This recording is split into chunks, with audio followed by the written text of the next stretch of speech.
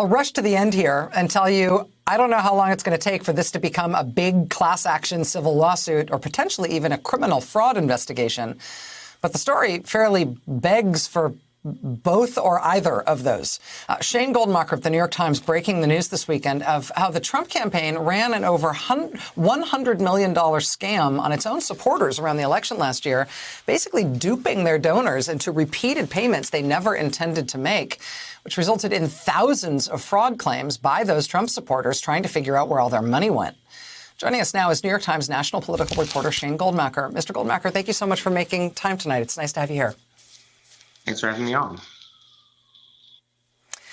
I feel like one of the things that was helpful for me to understand in your reporting was that this was something more than just a quantitatively bigger problem than you'd see on other campaigns. Lots of campaigns have to refund money to donors for various reasons.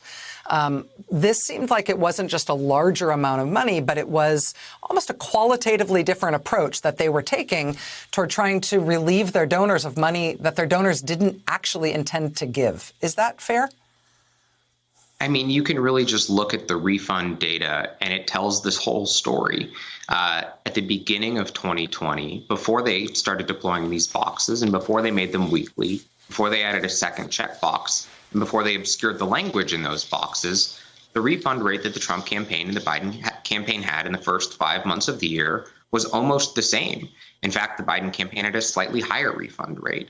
But from the moment these boxes began with 2 of them and then became increasingly complex, the Trump refund rate went up and up from 2% in those first 6 months of the year to a total of 10.7% over the course of the entire campaign, which was 12% in the last half of last year. That is to say, at the end of the day, 1 out of every $10 that people donated to Donald Trump online ended up getting refunded back to donors. Now, not all of those are fraud claims that people called and said their credit card, this is a scam. But a good chunk of it is. When I went to the Trump campaign and told them the findings, they basically said, look, we had less than 1% of our donors formally complain to their credit card that they had been scammed. That's still a very large number because WinRed and the Trump campaign in general tried to give people back their money if they asked for it. So these are people who went to the farther step to call their credit card, cancel their card, and say, hey, I've been a victim of something here. At best, in their accounting, close to 200,000 transactions were subject to that at credit card companies. And I talked to numerous officials at these banks who said there was a surge of fraud complaints around the election and shortly after.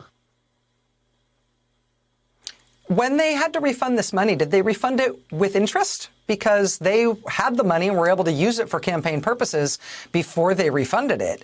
If they ended up refunding it without interest, were they in effect taking interest-free loans from their donors? I've not heard of anyone who got their money back with interest. And more than just an interest-free loan from their supporters, this was money to the Trump campaign when it needed it. You know, as you covered and as you recall, in October, the Trump campaign entered those final weeks of the election with far more television ads reserved than they had money in the bank. So by collecting these recurring donations before the election, and in many cases refunding them after the election, that's when donors noticed their credit card bill had 6 charges from the previous month that they were often unaware they had made. They had the money when they needed it. And Trump continued to raise tens of millions of dollars after the election when he was talking to his supporters and saying, you have to stop this deal. I really won, and you need to give me your money so I can fight this in the courts.